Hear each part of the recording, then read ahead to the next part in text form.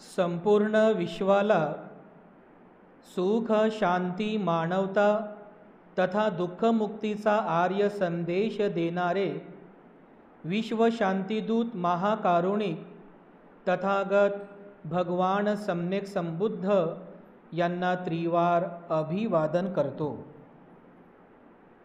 तथागतांनी समग्र मानवजातीच्या दुःखमुक्तीसाठी उपदेशिलेला महान सद्धम्म अर्थात बौद्ध धम्म तथा या सद्धम्माचा अविरतपणे प्रचार आणि प्रसार करणारा तथागतांद्वारा स्थापित सदा पूजनीय भिक्खू संघ या पूजनीय भिक्खू संघाला त्रिवार अभिवादन करतो। ज्यांच्या अथांग अमर्याद त्याग प्रभावामुळे या भारतभूमीला बुद्धभूमीचे रूप पुन्हा एकदा प्राप्त झालं, असे बौद्ध धम्माचे पुनरुद्धारक तुम्हा आम्हा सर्वांचे उद्धार करते प्रज्ञासूर्य बोधिसत्व डॉक्टर बाबासाहेब आंबेडकर यांच्या समग्र धम्मक्रांतीमध्ये जीवनाच्या शेवटच्या श्वासापर्यंत समर्पित राहू। आजच्या या मंगलमय प्रसंगी संघरत्न बुद्धविहार मयूर पार्क औरंगाबाद या ठिकाणी उपस्थित आपण सर्व धम्म उपासक धम्म उपासिका आपल्या सर्वांप्रती मी सर्वप्रथम अनंत मंगल कामना मंगल आशीष अर्पण करतो आणि आजच्या या वर्षावासकालीन धम्मदेसनेला सुरुवात करतो। उपस्थितांनो, वर्षावासाचा अंतिम कालावधी सध्या सुरू आहे आणि पुढच्या पौर्णिमेला अर्थातच अश्विन पौर्णिमेला सदरील वर्षावासाची समाप्तीसुद्धा होत आहे। त्यामुळे अगदी 9 ते 10 दिवस आपल्याकडे बाकी आहेत या प्रवचन मालिकेला पूर्ण करण्यासाठी। जी प्रवचन मालिका आपण सुरू केली 37 बोधिपाक्षीय धम्म, या अंतर्गत सध्या बोधिसत्वाच्या 10 पारमिता ही प्रवचन मालिका आपण या ठिकाणी सुरू केलेली आहे। मागील धम्मदेसनेमध्ये या 10 पारमितांपैकी जी पहिली पारमिता आहे दान पारमिता, बोधिसत्वाची दान पारमिता म्हणजे काय, एक बोधिसत्व ती दान पारमिता कशी पूर्ण करतो आणि ती दान पारमिता किती महत्त्वाची आहे त्या बोधिसत्वाच्या जीवनामध्ये, याचा एक सारांश रूपया आपण सर्वांनी समजून घेण्याचा प्रयत्न केला। या 10 पारमितांपैकी जी दुसरी पारमिता आहे ज्याला शील पारमिता असं म्हटलेलं आहे। काय म्हणतात? शील पारमिता। 10 पारमिता आहेत, ज्या 10 पारमितांना पूर्ण करून त्या पारमितांना पूर्ण करून एक बोधिसत्व आपल्या जीवनात या पारमींना पूर्ण करून बुद्ध होत असतो।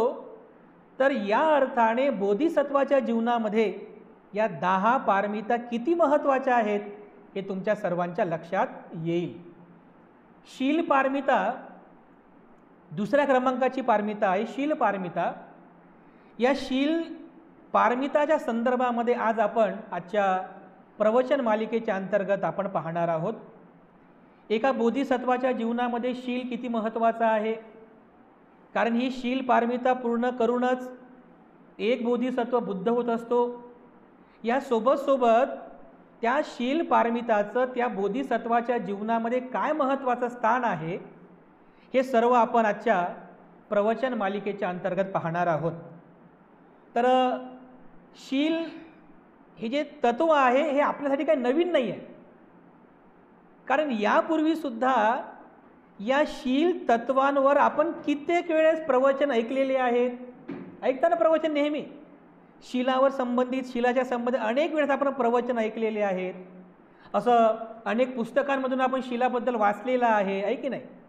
त्यामुळे शील हे जे तत्वज्ञान आहे हे आपल्यासाठी काही नवीन नाही आहे। म्हणजे यापूर्वीसुद्धा आपण सर्वांनी शिलाला ऐकलेलं आहे, समजून घेण्याचा प्रयत्न केलेला आहे आणि तुम्ही स्वतःही स्वतःला शीलवान बनवण्यासाठी प्रयत्नशील आहात.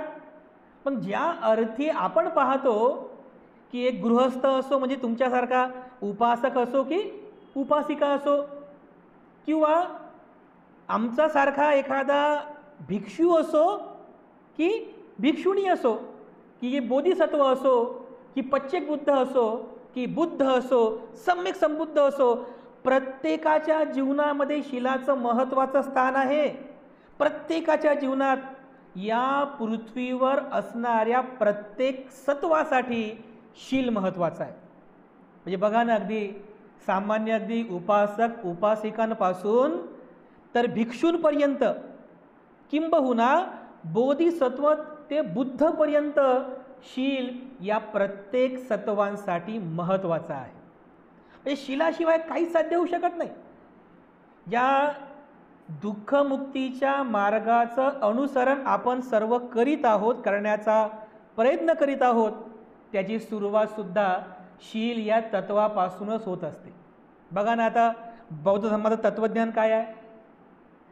साधारण म्हणजे अगदी 3 शब्दात आपण सांगू शकतो. म्हणजे जर कोणी असं विचारलं की बुद्ध धम्माचं तत्त्वज्ञान काय आहे, केवळ 3 शब्दात आपण सांगू शकतो. 3 शब्दामध्ये कोणतं? शील, समाधी आणि प्रज्ञा. म्हणजे शील पालन करा, शील पालन करता करता समाधीचा अभ्यास करा, म्हणजे चित्ताची एकाग्रता करा, कुशल चित्ताची एकाग्रता करा, आणि कुशल चित्ताची एकाग्रता करून प्रज्ञाचा विकास करा. म्हणजे प्रज्ञेचा विकास करा.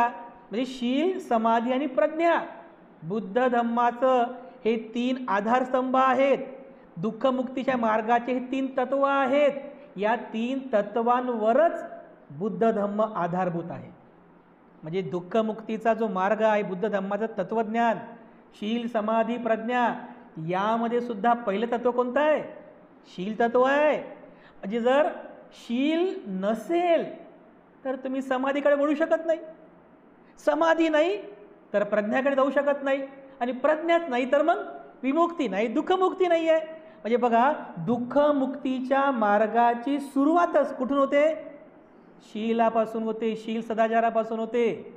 तुम्ही विहारामध्ये येता, विहारामध्ये आल्यानंतर आपला जो काही धम्मसंस्कार आहे, सकाळचा धम्मसंस्कार किंवा दुपारचा किंवा कोणता कार्यक्रम असू द्या, कार्यक्रमाची सुरुवात कुठून होते बरं? म्हणजे कशाने होते? पंचशील ग्रहण करून होते ना तुम्ही. म्हणजे सुरुवातीला तुम्ही पंचशील ग्रहण करता ना. म्हणजे अगदी सुरुवात जी आहे धम्मसंस्काराची सुरुवात, ती सुद्धा त्रिशरण आणि पंचशील ग्रहणाने आपण करीत असतो. आणि त्यानंतर मग त्रिरत्न वंदना, बुद्धपूजा, परित्राणपाठ, धम्मदेसना वगैरे वगैरे होते. पण सुरुवात कशापासून होते? सुरुवात शीलापासून. म्हणजे बघा, शीलाला किती महत्त्वाचं स्थान आहे बघा. अगदी उपासक आणि उपासिकांच्या जीवनामध्ये भगवान बुद्धाने सांगितलेलं आहे, प्रत्येक उपासक आणि उपासिका म्हणजे जो कोणी धम्म अनुयायी आहे, तुमच्यासारखा एखादा गृहस्थ किंवा गृहिणी, उपासक उपासिका, त्यांनी आपल्या जीवनामध्ये, दैनंदिन जीवनामध्ये शीलाचं पालन करावं. शील पालन केलं पाहिजे. कोणतं शील? तुमच्याकरिता पंचशील सांगितलेलं आहे ना. तुम्ही रोज पंचशील ग्रहण करता ना, रोज तुम्ही पंचशीलेचं पालन करण्याचा प्रयत्न करता. पंचशील कोणासाठी आहे? उपासक आणि उपासिकांसाठी आहे. म्हणजे अगदी एक क्षणसुद्धा असा जाऊ नये की ज्या क्षणात तुम्ही शील पालन केलं नाही. झोपेतसुद्धा बुद्ध म्हणतात की आपण झोपेतसुद्धा शील पालन केलं पाहिजे. म्हणजे कसं शील पालन करावं झोपेतही? तर झोपत असताना सुद्धा आपण सजग होऊन झोपावं, झोपत असताना सुद्धा आपण सावधान चित्ताने झोपावं. अगदी झोपेतही आपल्या चित्तामध्ये हिंसेचा, चोरी करण्याचा, व्यभिचाराचा, खोटं बोलण्याचा किंवा मद्यपानाचा यनकिंचितही असा विचार उत्पन्न होऊ नये, एवढं तुम्ही झोपेत सुद्धा शीलवान असलं पाहिजे. झोपेत सुद्धा तुम्ही शीलपूर्वक झोपलं पाहिजे, सजगपूर्वक झोपलं पाहिजे. एवढं महत्त्वाचं स्थान आहे बघा. म्हणजे प्रत्येक क्षणाला तुम्ही शील पालन करावं. शील पालनासाठी असा कोणता वेगळा वेळ काढायची गरज नाही आहे. म्हणजे जसं विद्यार्थी बघा ट्युशन लावतात ना, म्हणजे हा एवढा वेळ या विषयाचा अभ्यास, एवढा वेळ या विषयाचा अभ्यास, एवढ्या वेळापर्यंत खेळणं, असं टाइम टेबल लागतात ना. शील पालन करण्यासाठी असा कोणता वेगळा वेळ काढायची गरज नाही आहे. शील पालन करण्यासाठी अशी कोणती वेगळी व्यवस्था करण्याची गरज नाही आहे. नाही तर ठीक आहे, मी आता सकाळी 9 वाजेपासून शील पालन करतो आणि संध्याकाळी 6 वाजेपर्यंत शील पालन समाप्त करतो, असं टायमिंग नाही बघा. 24 तास म्हणजे 24 तास झोपेतून उठल्यापासून तर रात्री झोपेपर्यंत, किंबहुना झोपेत सुद्धा 24 तास प्रत्येक क्षणाला त्या व्यक्तीने शीलामध्ये प्रतिष्ठित राहायला पाहिजे. एवढं हे शील महत्त्वाचं आहे बघा. इथूनच आपली सुरुवात आहे. तुम्ही अगदी बघा बरं, म्हणजे जेव्हा तुम्हाला हळूहळू धम्म समजू लागला होता, तुम्ही डायरेक्ट अष्टशिलेचं पालन करायचे का? जसं तुम्ही या वेळेस करता, दर पौर्णिमेला, चतुर्दशीला, अष्टमीला अष्टशील उपवास व्रत ग्रहण करता, पालन करता, तुम्ही डायरेक्टच करायचे का अगोदर? नाही ना. अगोदर तुम्ही पंचशील ग्रहण केलं, पंचशील समजून घेतलं, पंचशिलेला समजून घेऊन त्याचं पालन करून पंचशिलेने तुम्ही प्रतिष्ठापित झाले. हळूच मनामध्ये श्रद्धा उत्पन्न झाली की अरे आता या शील मार्गाचा पुढे जाऊन आपण आणखीन एक पाऊल पुढे टाकावं. तर तुमच्या मनात श्रद्धा उत्पन्न झाली की आपण आता अष्टशिलेचं पालन सुद्धा करायला पाहिजे. मग तुम्ही अष्टशील ग्रहण करता, महिन्यातून 4 दिवस अष्टशील उपोषज व्रताचंही पालन करता. आणि जे अष्टशील उपोषज व्रताचं पालन करतात, हळूहळू मनामध्ये आणखीन इच्छा उत्पन्न होते, श्रद्धा, की आता आपण दशशिलेचं पण पालन केलं पाहिजे. तर बघा, आपण मागे शिबिर घेतलं, आपण 10 शिलांचं पालन केलं दिवसभर. 10 शिलांचं पण तुम्ही पालन केलेलं आहे. म्हणजे बघा, शील पालन करता करता कसं माणूस एक एक पाऊल या धम्म मार्गामध्ये टाकत असं पुढे जातो बघा. तर हा मार्ग आहे बघा, शील मार्ग. म्हणजे या दुःखमुक्तीच्या मार्गाची सुरुवात, धम्म आचरणाची सुरुवात किंवा धम्म संस्काराची सुरुवात सुद्धा शील पालनाने होत असते. म्हणून शील पालनाने आपण प्रत्येक धम्मसंस्कार सुरू करतो. प्रत्येक धम्म आचरणाची सुरुवात सुद्धा शील पालनाने होत असते. एवढंच काय, आता हे तर उपासक आणि उपासिकांसाठी झालं. शील किती महत्त्वाचं आहे. भिक्षू आणि भिक्षुणींसाठी सुद्धा भगवान बुद्धाने शील सांगितलेलं आहे. शीलाशिवाय भिक्षू शोभत नाही म्हणतात. म्हणजे उपासक उपासिका पण शोभत नाही, भिक्षूसुद्धा शीलाशिवाय शोभत नाही. हे स्वतःला शोभण्यासाठी आपण जसं मेकअप करतो ना, दागदागिने घालतो, सुंदर सुंदर कपडे घालतो, आहे की नाही, स्वतःला सजवण्यासाठी, स्वतःला सुंदर दिसण्यासाठी, मी शोभून दिसलो पाहिजे यासाठी. तर भगवान बुद्ध काय म्हणतात की भिक्षूचं म्हणजे भिक्षूची सुंदरता किंवा उपासक उपासिकांची सुंदरता साजशृंगार कशामध्ये आहे? तर बुद्ध म्हणतात शील पालनामध्ये. भिक्षू आणि भिक्षुणी शीलामध्ये प्रतिष्ठित झाले ते सुद्धा सुंदर दिसतात.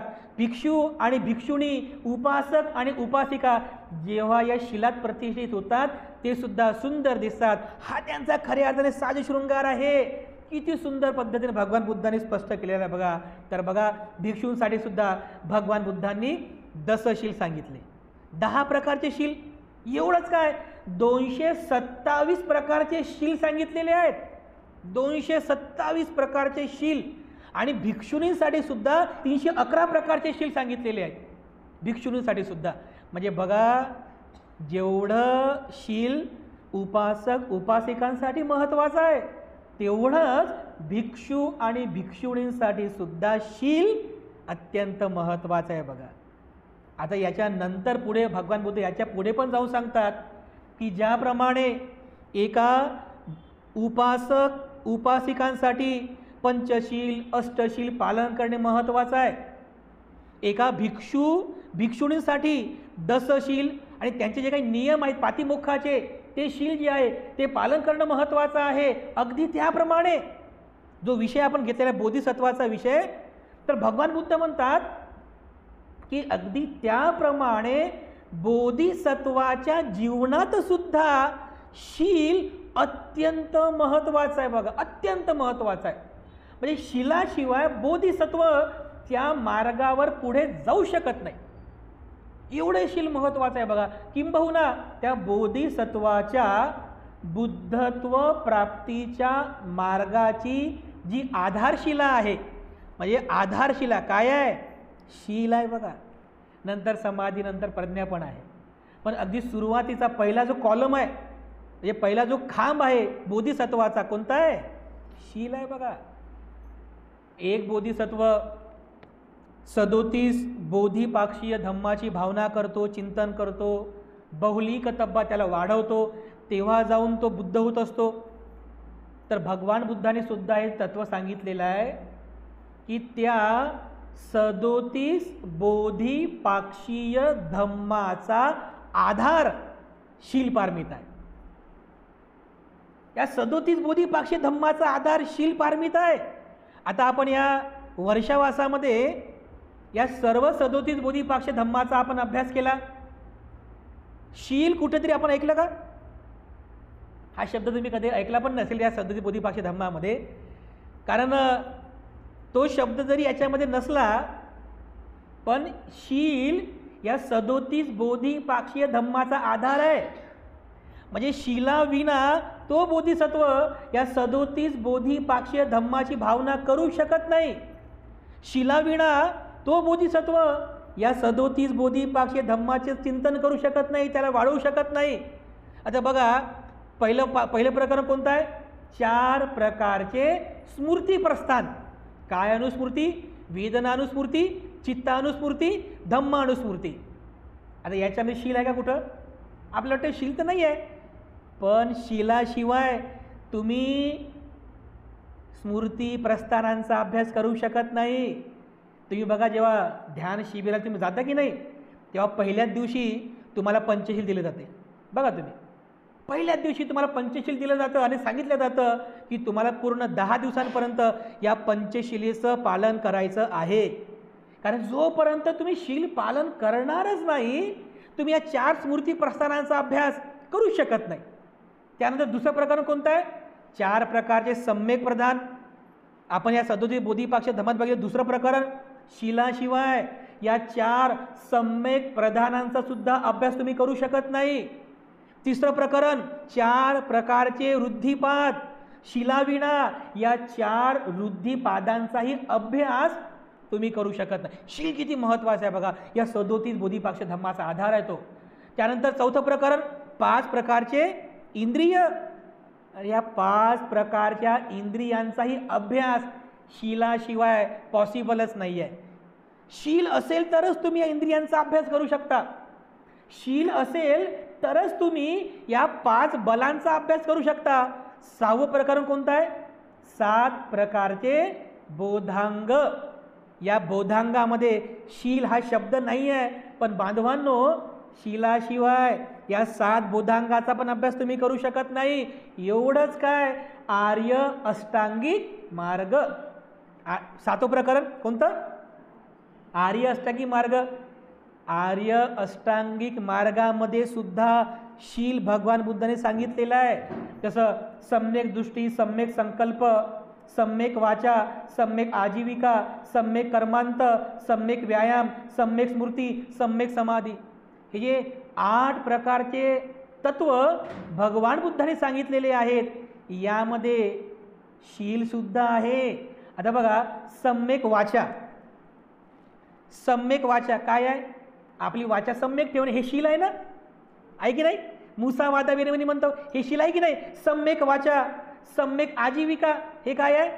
आपली आजीविका, आपले कर्म चांगले असले पाहिजे, चांगल्या कर्माने पैसा कमवला पाहिजे, हे आपलं शील आहे ना? त्यानंतर सम्यक कर्मांत, हे काय आहे?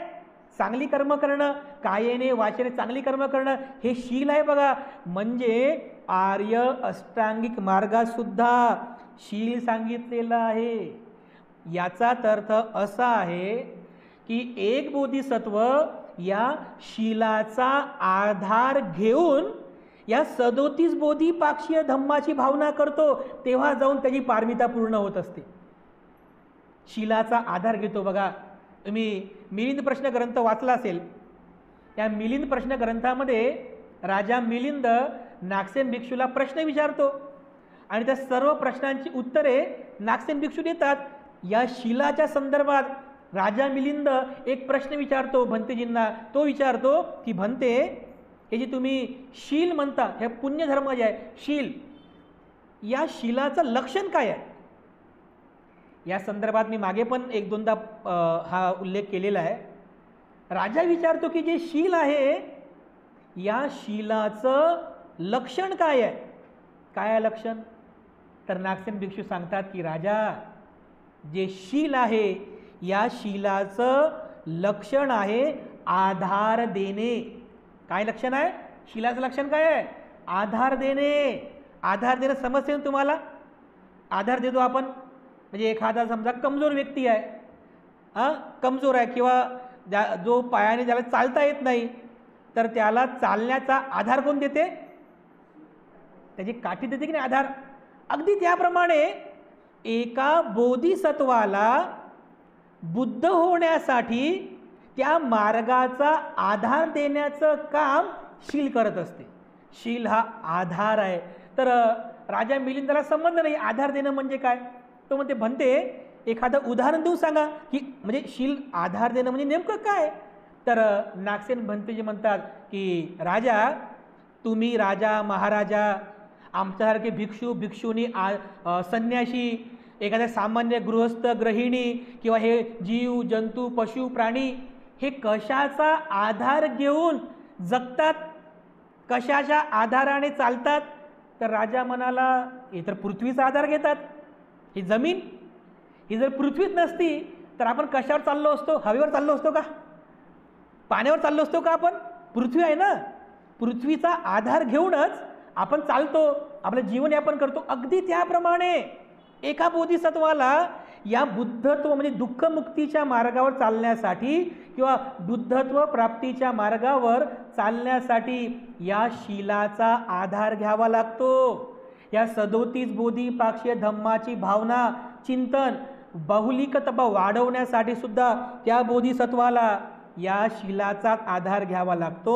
तेव्हा जाऊन बोधिसत्वाची शील पारमिता पूर्ण होत असते बघा. म्हणूनच एक उपासक उपासिका, भिक्षू भिक्षुणी, बोधिसत्व, पश्चेत बुद्ध किंवा बुद्ध किंवा सम्यक संबुद्ध, या सगळ्या सत्वांसाठी काय महत्त्वाचं आहे? शील महत्त्वाचा आहे.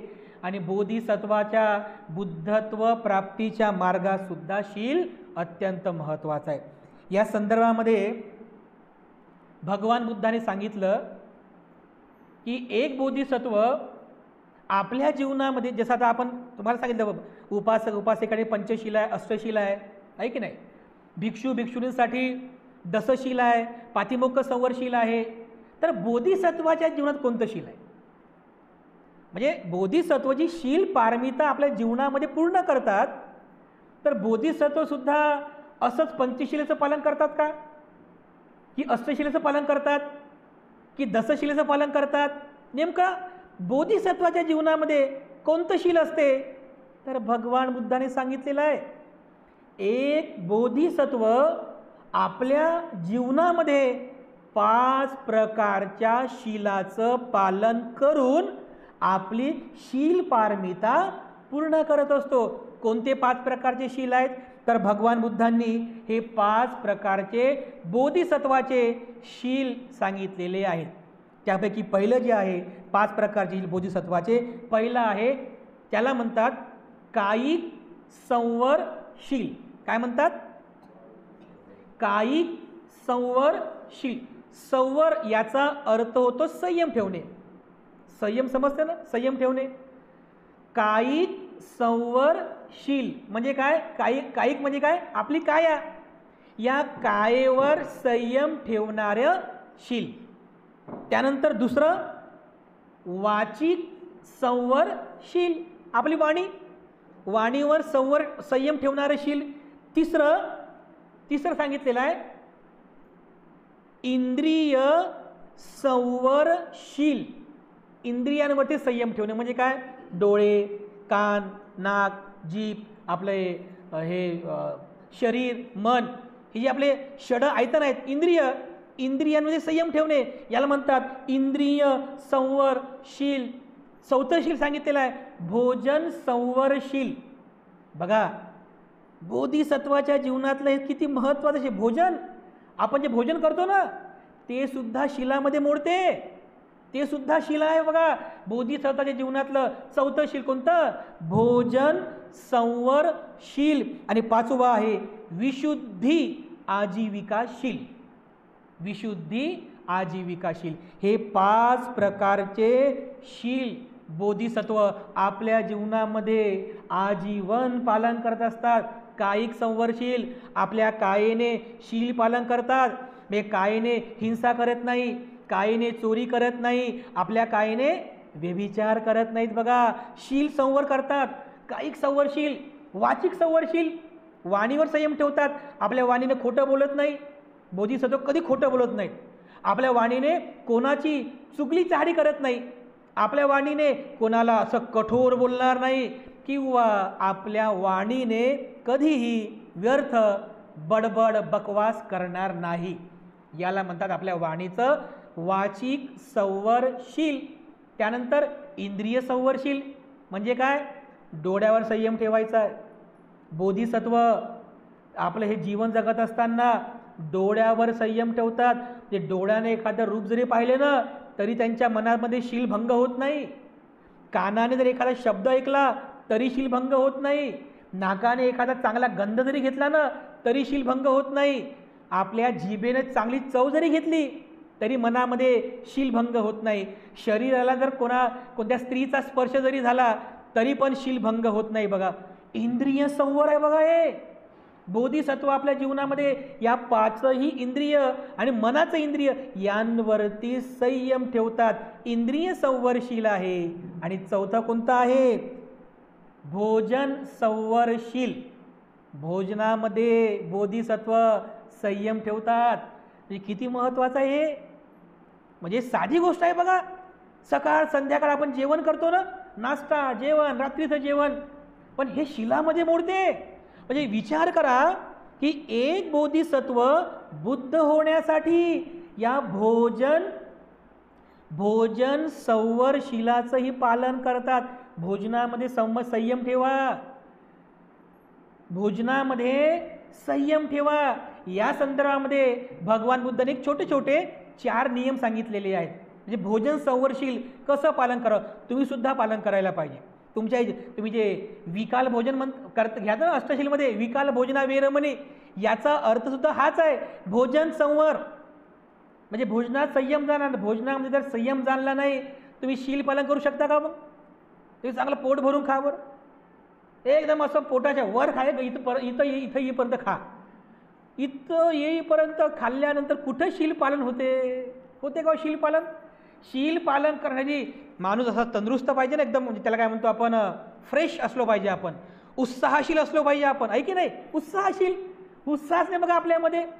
म्हणून बोधिसत्वाचं हे चौथं शील महत्त्वाचं आहे. तर बुद्धाने छोटे छोटे 4 नियम सांगितलेले आहे. पहिलं आहे साधं भोजन करा नेहमी. बोधिसत्व जे असतात ते नेहमी साधंच भोजन करतात. साधं भोजन करा. दुसरं मात्रा भोजन करा. मात्रा भोजन म्हणजे काय? मात्रा जाणा, किती घास आपण खाल्ले पाहिजे, मात्रा जाणली पाहिजे, लिमिटेशन जाणले पाहिजे. पहिलं आहे साधं भोजन करा. दुसरं आहे मात्रा भोजन करा. तिसरं आहे काल भोजन करा. काल भोजन म्हणजे काय? तुम्ही घेता ना विकाल भोजना वेरमणी. विकाल भोजन करायचं नाही. कोणतं भोजन करायचं? काल भोजन. योग्य वेळी आपण भोजन केलं पाहिजे. योग्य वेळ तुम्हाला समजली पाहिजे. योग्य वेळी काल भोजन करा. आणि चौथा आहे स्मृती आहार घ्या. भोजनानंतर स्मृतिवान राहा. आळस करू नका, बेहोशीमध्ये जाऊ नका, किंवा असं निरुत्साही होऊ नका. स्मृतिवान राहा, तेव्हा तुमचं शील पालन होते. बघा बोधिसत्वाच्या जीवनातील हे चौथं शील आहे भोजन संवरशील. आणि 5वं शील सांगितलेलं आहे विशुद्ध आजीविकाशील. आजीविका म्हणजे जीवन यापन करण्यासाठी जी काही आपण मेहनत करतो, कामधंदा करतो.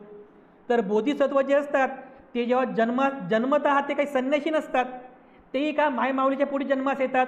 बोधिसत्व आहे की जसं बोधिसत्व सिद्धार्थ जन्मास आले होते. संसारिक कर्तव्य ते सुद्धा पार पडतात. जर सिद्धार्थाने पार पाडलं, त्यांनीही शिक्षण म्हणजे त्यांनीही विद्यारंभ सुरू केला, त्यांनी सगळ्या प्रकारचा अभ्यास केला, त्यांचंही लग्न झालं, त्यांनाही मूलबाळ झालं, म्हणजे त्यांनाही राहुल झाला, मुलगा झाला. बोधिसत्व संसारिक कर्तव्यसुद्धा पार पाडतात.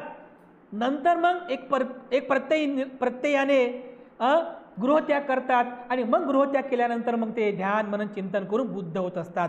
पण जोपर्यंत संसारिक जीवनामध्ये आहेत, किंबहुना गृहस्थ जीवन सोडल्यानंतर किंवा गृहत्यागी झाल्यानंतर सुद्धा, बुद्ध झाल्यानंतर सुद्धा आजीवन आपली जी आजीविका आहे ती त्यांची परिशुद्ध असते.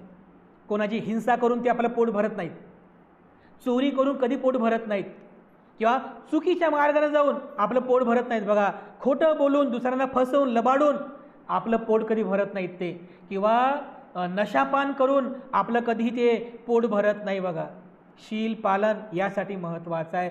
तर बोधिसत्व आपल्या जीवनामध्ये अशा प्रकारे या 5 प्रकारच्या शील पालनाने आपली शील पारमिता पूर्ण करत असतो. समजले? हे 5 प्रकारचे शील बोधिसत्वाचे: कायिक संवरशील, वाचिक संवरशील, इंद्रिय संवरशील, त्यानंतर भोजन संवरशील, आणि 5वा आहे विशुद्ध आजीविका संवरशील. ह्या 5 प्रकारच्या शील पालनाने एक बोधिसत्व आपल्या जीवनामध्ये अशा प्रकारे शीलवान होतो, सदाचारी होतो. तर भगवान बुद्ध म्हणतात, जर एखादा उपासक किंवा उपासिका शीलवान होत असेल, एखादा भिक्षू किंवा भिक्षुणी शीलवान होत असेल, किंवा बोधिसत्व सुद्धा जर शीलवान होत असेल, तर हे जे शील आहे ना, या शीलाचा गुणगौरव भगवान बुद्धांनी केलेला आहे. बघा, काही लोक आपल्या जीवनामध्ये पापकर्म करतात आणि मग तिकडे बनारसला जातात, त्या गंगा नदीमध्ये डुबकी मारून येतात आणि काय म्हणतात, झाले माझे पाप धुतले. ती गंगा किती पापी होऊ द्या, म्हणजे मळू द्या, घाण होऊ द्या, मी माझे पाप धुतले. आता बघा बरं, असा गंगा जलाने कोणाचं पाप धुता येते का? पण भगवान बुद्ध म्हणतात की शीलरूपी जलाने आपण आपल्या जीवनातील दोष नष्ट करू शकतो. त्यामुळे गंगा जलाचं नाही, या शील जलाचं म्हणजे आचरण करा. गंगा जलानं पाप नष्ट होत नसतात. त्यासाठी शील जल महत्त्वाचं आहे. एवढंच काय, आपल्या स्वतःला सजवण्यासाठी आपण सोनं, चांदी, हिरे, माणिक, मोती, विविध प्रकारचे आभूषण परिधान करतो. पण भगवान बुद्ध काय म्हणतात, हे आभूषण हे काय आहेत, अनित्य आहे, नष्ट होणारं आहे. याच्यामुळे माणूस जेवढा सुंदर दिसतो किंवा दिसत नाही, पण दिसत असेल ना, पण त्याच्यापेक्षा पण 1000 पटीनं सुंदर माणूस शीलरूपी आभूषणाने दिसत असतो. शीलरूपी आभूषण म्हणजे जर ज्या व्यक्तीच्या जीवनामध्ये हे शीलरूपी आभूषण आहे, या शीलरूपी आभूषणाने तो व्यक्ती दिवसा रात्रीसुद्धा सुंदर दिसतो. दिवसा पण सुंदर दिसतो, तो रात्रीसुद्धा सुंदर दिसतो. त्याला कोणत्या सोन्या चांदीची गरज नाही आहे. लोक त्याची प्रशंसा करतात, लोक त्याची स्तुती करतात. एवढंच काय, तर भगवान बुद्ध म्हणतात की काही लोक आपल्याला सुगंधित करण्यासाठी परफ्यूम लावतात, स्प्रे लावतात की माझ्या शरीराचा सुगंधित वास यावा. भगवान बुद्ध हेही सांगतात की हा जो सुगंध, शरीराला जो सुगंध आपण लावतो, हा सुगंध टिकणारा नाही आहे. आज लावला तर 1-2 तासानंतर तो नष्ट होऊन जाईल. परंतु तुम्हाला जर स्वतःला सुगंधित करायचं असेल तर शील रूपी गंधाने स्वतःला सुगंधित करा. तर बघा, तुमचा शील रूपी गंध सगळीकडे दरवळेल. बघा, एखादा वास म्हणजे एखादा सुगंध जिकडे हवा जाते ना, त्याच हवेच्या दिशेने पसरतो आहे की नाही? विरुद्ध दिशेने जातो का? नाही जात. पण शीलरूपी गंध हा हवेच्या विरुद्ध दिशेने पण जातो. लोक त्याची प्रशंसा करतात, त्या शीलवान माणसाची प्रशंसा करतात. बघा, अशा प्रकारे आपण आपल्या जीवनामध्ये शीलाचं पालन केलं पाहिजे. एवढं हे शील महत्त्वाचं आहे. बघा, भगवान बुद्धांनी या शीलाला एवढं महत्त्वाचं स्थान दिलेलं आहे. याच्या पुढे जाऊन आणखीन भगवान बुद्ध काय सांगतात की जर एखादा समजा उपासक किंवा उपासिका किंवा भिक्षू किंवा भिक्षू कोणी असो, तो जर आपल्या जीवनामध्ये शील पालन करत असेल, म्हणजे आपल्या कायेने, आपल्या वाचेने आणि आपल्या मनाने कुशल कर्म करत असेल, तर अशा शीलवान व्यक्तीचे 5 प्रकारचे लाभ होतात त्याच्या जीवनामध्ये. किती? 5 प्रकारचा लाभ त्याला प्राप्त होतो. हा लाभ इतर कुठेही मिळत नाही, फक्त शील पालनामुळेच मिळतो. बघा, हे 5 प्रकारचे लाभ आहेत. तर बुद्धाने सांगितलं की 5 प्रकारचे लाभ कोणते? तर बघा, भगवान बुद्ध म्हणतात की जो कोणी आपल्या जीवनामध्ये शील पालन करतो त्याला 5 प्रकारचे लाभ होतात. कोणते 5 प्रकारचे लाभ? पहिला लाभ आहे त्याला सर्व प्रकारचे भोग प्राप्त होतात. सर्व प्रकारचे भोग. भोग म्हणजे काय? हे आपलं जीवन जगण्यासाठी ज्या गोष्टीची तुम्हाला आवश्यकता आहे, जसं खाण्यासाठी आपल्याला अन्न पाहिजे, शरीराला झाकण्यासाठी आपल्याला कपडे पाहिजे, किंवा राहण्यासाठी आपल्याला घर पाहिजे, आपल्या वैयक्तिक गरजांसाठी आपल्याकडे पैसा पाहिजे. म्हणजे या गोष्टींचा आपण भोग घेतो ना, ही जी भोग संपदा म्हणजे भोग जो आहे, या सर्व प्रकारचा म्हणजे हे सर्व प्रकारचे भोग त्या व्यक्तीला प्राप्त होतात. सांसारिक जीवनात जगण्यासाठी असो, की भिक्षू भिक्षुणींचं गृहत्यागी जीवन जगण्यासाठी असो, की बोधिसत्वाचं जीवन असो, शीलामुळे त्याला पहिला लाभ मिळतो. त्याला त्याच्या जीवनामध्ये सगळ्या प्रकारचे भोग त्याला प्राप्त होतात. बघा, दुसरं सांगितलेलं आहे त्याची सत्कीर्ती पसरते. सत्कीर्ती म्हणजे काय?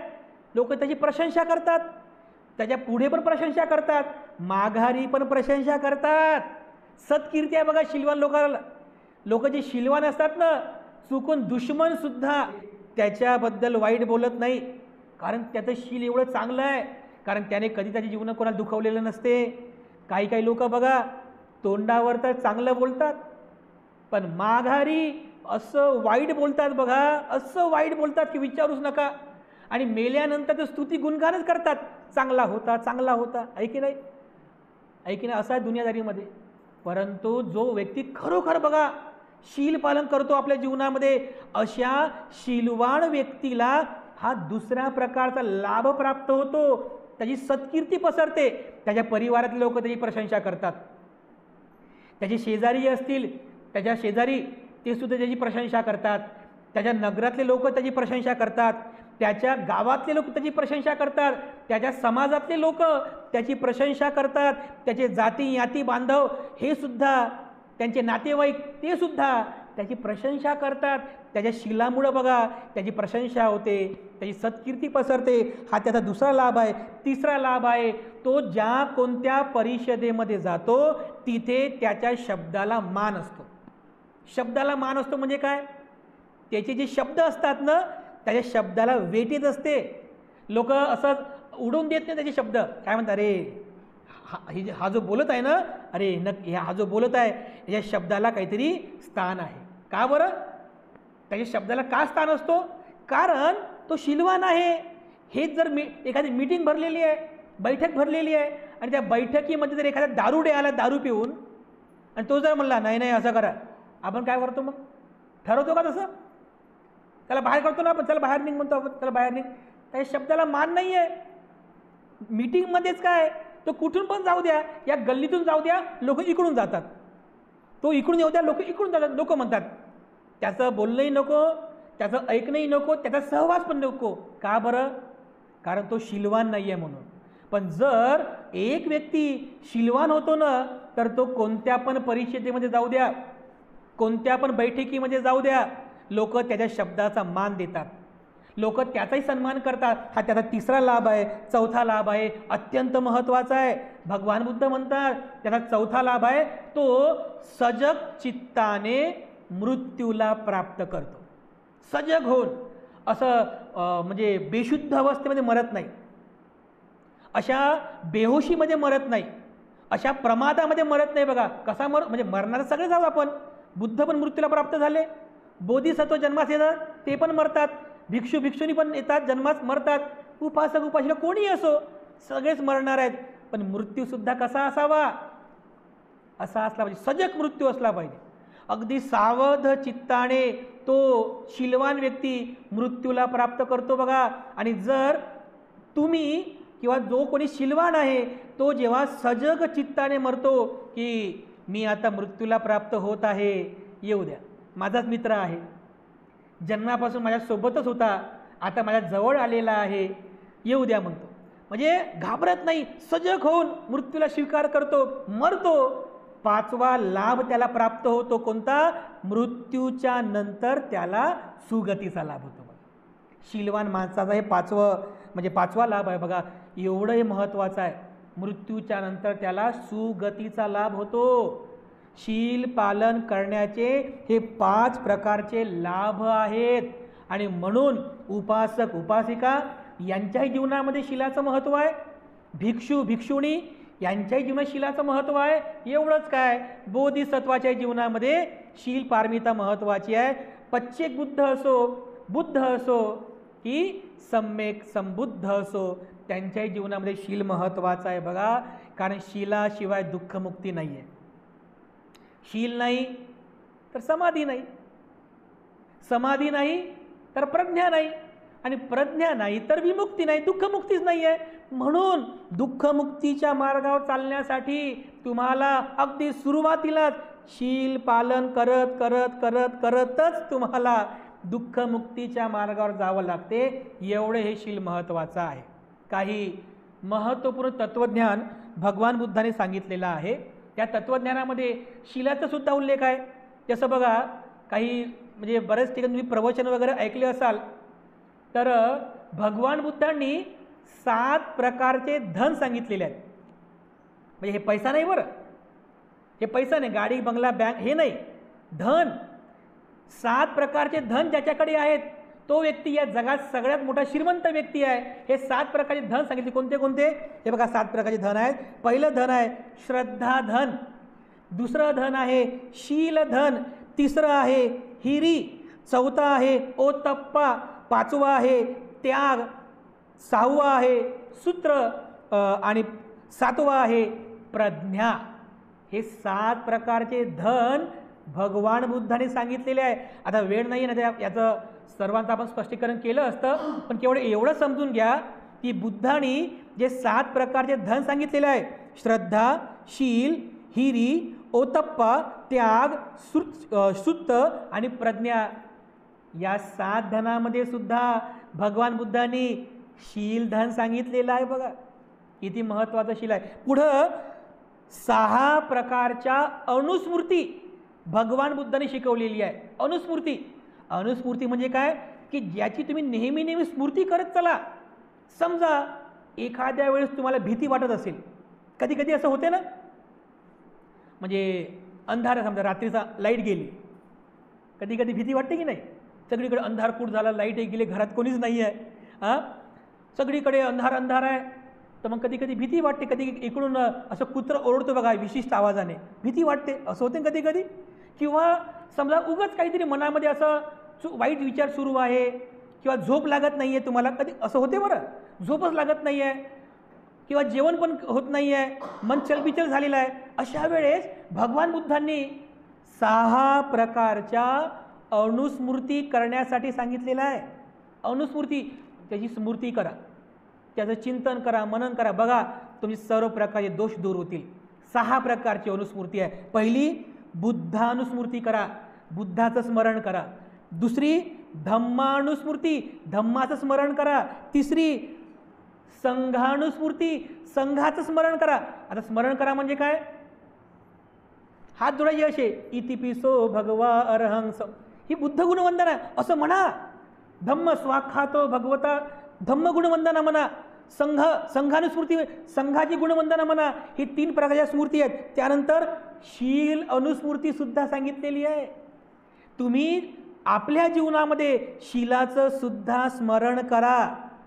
तुम्ही जर स्वतः शील पालन करत असाल तर स्वतःच्या शील पालनाचं अनुस्मरण करा.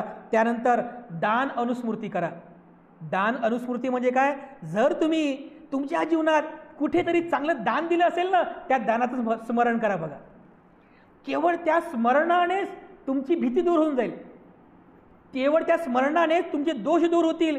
मी खूप चांगलं दान दिलं होतं, मी भिक्खू संघाला दान दिलं होतं, अमुक ठिकाणी मी पुण्यदान, असं जर तुम्ही अनुस्मृती केली बघा, तर तुमची भीती सगळं दूर होऊन जाईल बघा. दान अनुस्मृती करा. आणि 6वी आहे देवता अनुस्मृती. देवता अनुस्मृती म्हणजे काय? देवतांची अनुस्मृती करा. आणि देवता म्हणजे काय? देवता म्हणजे जे शीलवान लोक असतात त्यांना देवता म्हटलेलं आहे.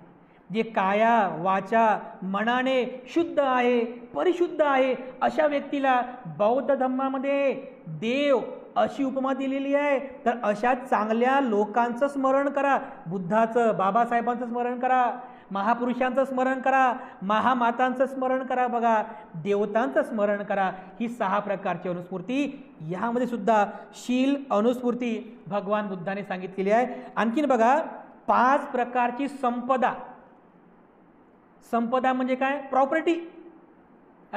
मग लोक सांगतात ना, माझ्याकडे एवढी जमीन आहे, एवढे बंगले, एवढा पैसा, एवढं अमकं, एवढं ढमकं, एवढं आहे म्हणतात सर्व संपदा बघा. पण भगवान बुद्धाने ही संपदा नाही सांगितली. भगवान बुद्धाने कोणती संपदा सांगितलेली आहे? 5 प्रकारची संपदा सांगितलेली आहे. त्याच्यापैकी एक शील संपदा सुद्धा आहे. हे 5 कोणत्या संपदा बघा? याती संपदा. याती म्हणजे कोण? नातेवाईक.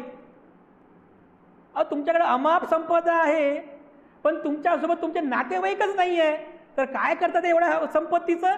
ती संपदा पाहिजे तुमच्याकडे. याती संपत्ती म्हणजे नातं गोतं सगळं तुमच्यासोबत असलं पाहिजे. त्यानंतर भोग संपदा म्हणजे तुमच्याकडे सगळं काही जे आहे ना, त्याचा भोग तुम्हाला घेता आला पाहिजे. नाहीतर सगळं काही खायला आहे पण शरीर साथ देत नाही. चांगले कपडे घालायला आहे पण शरीर बरोबर नाही. मग झोपण्यासाठी मखमली 50,000चा बेड आहे पण झोप लागत नाही. BMW गाडी आहे पण गाडीचं सुख घेता येत नाही. काय करता मग? भोग घेता येत नाही तर त्याचा भोग पण घेता आला पाहिजे ना. म्हणजे भोग म्हणजे लाभ घेता आला पाहिजे ना. ही सुद्धा संपदा आहे, भोग संपदा.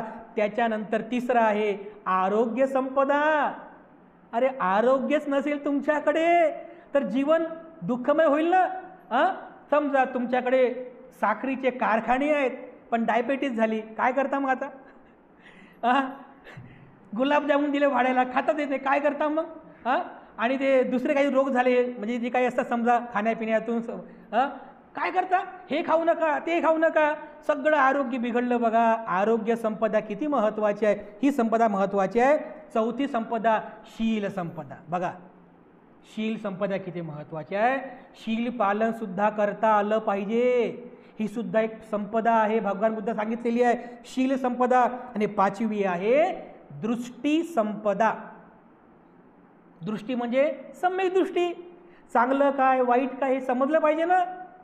नाहीतर बस जुवा खेळता पैसा चालला, 2 नंबरचे कामं सुरू आहे, सगळा पैसा व्यर्थ चालला बघा. दृष्टी नाही आपल्याकडे, सम्यक दृष्टी पाहिजे. ही दृष्टी संपदा महत्त्वाची आहे. तर या 5 प्रकारच्या संपदेमध्ये सुद्धा शील संपदा भगवान बुद्धाने सांगितलेली आहे. आणखीन बघा 5 प्रकारचे पुण्यधर्म म्हणजे ज्या पुण्य कर्मांचं तुम्ही रोज दैनंदिन जीवनामध्ये ज्याचं तुम्ही आचरण करावं, असे 5 प्रकारचे पुण्यधर्म आहेत की ज्यामुळे तुमच्या पुण्यामध्ये वाढ होते, तुमचा पुण्यांचा बँक बॅलन्स वाढतो. कोणते 5 पुण्यधर्म आहेत? पहिलं आहे श्रद्धा, श्रद्धेमध्ये वाढ करा. 2रं आहे शील, शीलामध्ये वाढ करा. 3रं आहे दान, नेहमी दान पुण्य करत चला. 4थं आहे मैत्री आणि 5वा आहे करुणा. मिलिंद प्रश्नात सुद्धा हे सांगितलेलं आहे. हे 5 पुण्यधर्म आहे, ज्याच्यामध्ये सुद्धा शील एक पुण्यधर्म आहे. या 5 पुण्यधर्माचं दैनंदिन जीवनामध्ये पालन करा, तेव्हा तुमचा पुण्याचा जो काही साठा आहे, बँक बॅलन्स, हा वाढत जाईल. त्याच्यानंतर अशा पद्धतीने बघा म्हणजे विविध प्रकारे भगवान बुद्धांनी या शीलाचं महत्त्व या ठिकाणी सांगितलेलं आहे बघा. तर अशा प्रकारे उपासक आणि उपासिका जीवनात सुद्धा शील महत्त्वाचं आहे. भिक्षू आणि भिक्षुणींच्या जीवनात सुद्धा शील अतिशय महत्त्वाचं आहे. एवढंच काय तर बुद्ध आणि प्रत्येक बुद्धांच्या जीवनामध्ये शील अत्यंत महत्त्वाचं आहे बघा. या शीलाचा आधार घेऊनच एक बोधिसत्व आपल्या जीवनामध्ये 37 बोधिपाक्ष धम्माचं चिंतन करतो, मनन करतो, भावना करतो, तर दुःखमुक्त होतो आणि सरते शेवटी बुद्ध होत असतो. बघा, एवढं हे शील जे आहे हे शील महत्त्वाचं आहे. अशा प्रकारे भगवान बुद्धांनी या शीलाचं अतिशय महत्त्व प्रतिपादित केलेलं आहे.